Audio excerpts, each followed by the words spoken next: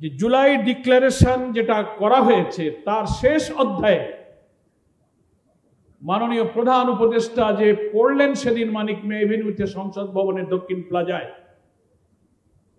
যে এটাকে আগামী নির্বাচনের পর 2 বছর পর সংবিধানের একটা তফসিলভুক্ত করা হবে। আমি মনে করি আজকের এই সেমিনার হচ্ছে প্রধান উপদেষ্টার এই জুলাই ঘোষণার এই কথা তীব্র প্রতিবাদ। জনগণ এটা মানে নাই।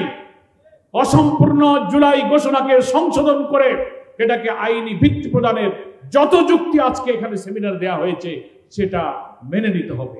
প্রবন্ধকার চ্যালেঞ্জ দিয়ে বলেছেন, যদি আপনারা না পারেন, অক্ষম হন, তাহলে আমাদেরকে দায়িত্ব দেন, এই আইনের ভিত্তির ড্রাফট আমরা আপনাদেরকে সরবরাহ করব।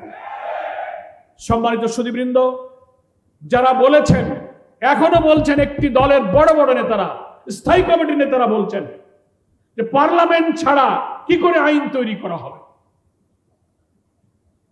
আজব ব্যাপার।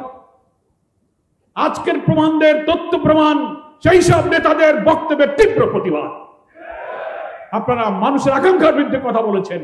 আইন, বিধান, সংবিধান, প্রক্লেমেশন, অর্ডিন্যান্স, লিগাল ফ্রেমওয়ার্ক অর্ডিন্যান্সের ভিত্তিতে যেটা 70 নির্বাচন হয়েছিল, সমস্ত বিধানের বিপক্ষে আপনি কথা বলে গণ আকাঙ্ক্ষার বিরুদ্ধে যে কথা বলেছেন, এই প্রভাব নেতা উল্লেখ করে আপনাদের বক্তব্যের তীব্র প্রতিবাদ করা হয়েছে। একটি বড় দলের স্থায়ী কমিটির আরেকজন সদস্য বলেছিলেন বেশ আগে, সংস্কার কমিশনে যত আইন আপনারা বানান, যত কিছু লেখেন, আমরা সংসদে গিয়ে সব কিছু মুছে দেব। কি বলেছেন বলেন? তার বিরুদ্ধে এই প্রবন্ধ হচ্ছে তীব্র প্রতিবাদ। শিক্ষা নেওয়া উচিত। আপনারা শুধু এটা মনে করবেন না যে আইন, কানুন, সংবিধান সবকিছু আপনাদের আলমারিতে আছে। এদেশের মানুষের কাছেও আইন, সংবিধান সম্পর্কে অভিজ্ঞ মানুষও আছে, রেকর্ডও আমাদের কাছে আছে। যদি আপনাদের আরো কোনো পাল্টা যুক্তি থাকে, সর্বদলীয় ভাবে দেশের সেরা বরেণ্য আইনজ্ঞদেরকে নিয়ে আপনারা একটি রাউন্ড টেবিল বৈঠকের আয়োজন করুন। সেখানে যুক্তি পেশ হোক, সারা দুনিয়াতে লাইভ টেলিকাস্ট হোক, দেশ এবং বিদেশ দেখুক যে আইনি ভিত্তি না দিয়ে বিদ্যমান কাঠামোতে নির্বাচন হলে আরেকটা হাসিনার জন্ম হবে, আরেকটা ফ্যাসিবাদের জন্ম হবে। দুনিয়ার মানুষকে সাক্ষী রেখে আমি মাননীয় প্রধান উপদেষ্টা ডক্টর প্রফেসর ইউনূসকে আমি এই আহ্বান জানাই। আপনি একদিন সর্বদলীয় বৈঠকে বলেছিলেন, আমরা নেতৃবৃন্দ তাহের ভাইয়ের নেতৃত্বে উপস্থিত ছিলাম, আপনি বলেছিলেন আমাদের ঐক্যমত্য কমিশনে আমরা চেষ্টা করব, কারা পক্ষে আছে, হা আছে কি না আছে, কারা রাজি কি রাজি না, জাতি জানবে, আমি ওয়েবসাইটে দিয়ে সেই ব্যবস্থা করব। সেই সাথে ধন্যবাদ জানিয়ে বলবো, আপনি জাতীয় বিতর্কের আয়োজন করুন সরকারের উদ্যোগে, সকল দল, আইনজ্ঞ বিশেষজ্ঞ, সংবিধান বিশেষজ্ঞ সেখানে অংশগ্রহণ করুক। দুনিয়াবাসী জানুক যে কাদের কথা ঠিক আর কাদের কথা শুধু দলের স্বার্থে আর ব্যক্তির সাথে, দেশের কোন স্বার্থ যেখানে নেই, দুনিয়াকে জানার সুযোগ নেই। সম্মানিত দেশবাসী, আজকে প্রমাণ হচ্ছে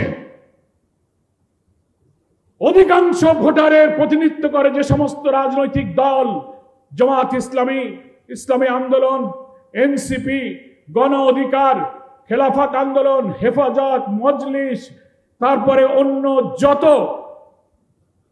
দল সংগঠন আছে, সকলেই বলছে প্রপোর্শনাল রিপ্রেজেন্টেশন, পিআর পদ্ধতি ছাড়া কখনো নিরপেক্ষ নির্বাচন হবে না।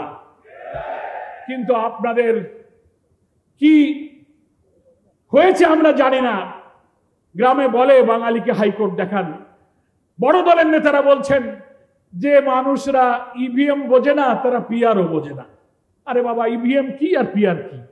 ইভিএম তো একটা ইলেকট্রনিক ভোটিং মেশিনের নাম, আর পিআর হচ্ছে একটা ইলেকট্রাল সিস্টেমের নাম। ফলে এই কথা বলে আমাদেরকে, জাতিকে বিভ্রান্ত করতে পারবেন না। পিআর হলে কালো টাকা, মনোনয়ন বাণিজ্য, পেশি শক্তি, এগুলো করতে পারবে না যারা, তারা পিআরকে বাধা দিচ্ছে। একটা কোয়ালিটি রিচ পার্লামেন্ট হবে, প্রত্যেকটি ভোটের মূল্যায়ন হবে। পিআর পদ্ধতির পক্ষে এখন বাংলার অধিকাংশ জনগণ মত দিয়েছে। অনেকগুলো জরিপ বলছে 70 অথবা 78% লোক বলছে পিআর পদ্ধতি নির্বাচন হতে হবে। লোয়ার হাউস এবং আপার হাউস প্রস্তাবিত 2 হাউসেই আমরা পিআর এর নির্বাচন চাই। প্রিয় ভাইয়েরা আমার কথা শেষ করতে চাই এই কথা বলে, সব সংস্কার প্রস্তাব এর আইনি ভিত্তি দিয়ে আগামী নির্বাচন এই সরকারের অধীনে না হলে বাংলাদেশের ভাগ্যে এক মহা দুর্যোগ অপেক্ষা করছে। তাই সব দেশপ্রেমিক রাজনৈতিক দল, ইসলামী শক্তিকে আমি আহ্বান জানাবো, আমাদের প্রিয় আমিরে জামাত ডক্টর শফিকুর রহমান একটি মানবিক নতুন বাংলাদেশ গড়ার জন্য জাতীয় ঐক্যের ডাক দিয়েছেন। আমরা বক্তৃতায় বলবো ব্যক্তির চেয়ে দল বড়, দলের চেয়ে দেশ বড়, কিন্তু যখন নিজের স্বার্থ আসবে তখন কথা উল্টে গিয়ে বলবে দেশের চেয়ে দল বড়, দলের চেয়ে ব্যক্তি বড়। এই বাদ দেন, কম্প্রোমাইজ এবং স্যাক্রিফাইসের ভিত্তিতে আসুন জাতীয় ঐক্যে গড়ে তুলে জনগণের আশা আকাঙ্ক্ষা, এত রক্ত, এত ত্যাগ, এত চোখের পানি, মা হারা, সন্তান হারা, স্বামী হারা মানুষের কান্নার আকাঙ্ক্ষার প্রতিফলন ঘটাতে গেলে পিয়ারের ভিত্তিতে আর এই সনদকে আইনি ভিত্তি দিয়ে নির্বাচনের মাধ্যমে সেই আকাঙ্ক্ষা আমরা পূরণ করি। একটি মানবিক, একটি নতুন বাংলাদেশের মাধ্যমে উদাহরণ সৃষ্টি করেছে জামাত ইসলাম। এই যে ডাক্তার তাহের ভাইয়ের নেতৃত্বে আমাদের ঐক্যমত্য কমিশনে জামাতের প্রতিনিধিরা দায়িত্ব পালন করছেন। আমরা অনেক স্যাক্রিফাইস করেছি, আমাদের অনেক প্রস্তাবনা ছিল, সব দলের ঐক্যের স্বার্থে জামাত অনেক কিছু ছাড় দিয়ে হলেও আমরা ঐক্যবদ্ধ হওয়ার চেষ্টা করছি। তাহলে বড় বড় দলেরও দায়িত্ব আছে, আপনি স্যাক্রিফাইস করুন, কম্প্রোমাইজ করুন, জুলাইয়ের বিপ্লবের গণ আকাঙ্ক্ষাকে বাস্তবে রূপ দিতে ঐতিহাসিক অবদান রাখুন, জাতির কাছে স্মরণীয় হয়ে থাকুন। আজকের এই জাতীয় সেমিনারে দেশবাসীর প্রতি, রাজনৈতিক দলের প্রতি সেই আহ্বান জানিয়ে আমি আমার বক্তব্য শেষ করছি। আল্লাহ হাফেজ। বাংলাদেশ জিন্দাবাদ, জামাত ইসলামী জিন্দাবাদ। যে উপায় এবং সে ব্যাপারে করণীয় সম্পর্কে আয়োজিত জাতীয় সেমিনারে সম্মানিত সভাপতি, আমাদের শ্রদ্ধাভাজন কেন্দ্রীয় নায়েবে আমির, সাবেক জাতীয় সংসদ সদস্য ডক্টর সৈয়দ আব্দুল্লাহ মোহাম্মদ তাহের, সমবেত জাতীয় নেতৃবৃন্দ, জামাত নেতৃবৃন্দ, বিদগ্ধ আলোচকবৃন্দ এবং বিজ্ঞ প্রবন্ধকার, বাংলাদেশ সুপ্রিম কোর্টের সিনিয়র আইনজীবী অ্যাডভোকেট শিশির মনির সহ সাংবাদিক বন্ধুগণ, সুধীবৃন্দ এবং দেশবাসী, আজকের এই প্রবন্ধ এবং আলোচকদের যে তথ্যপূর্ণ আলোচনা এবং আমাদের প্রবন্ধকার দেশের স্বাধীনতার পূর্ব থেকে পর্যন্ত সংক্ষিপ্ত হলেও কিছু ঐতিহাসিক উদাহরণ এবং আইনি সাংবিধানিক বিভিন্ন বিধি, প্রোক্লেমেশন, অর্ডিন্যান্সের রেকর্ড উল্লেখ করে প্রমাণ করেছেন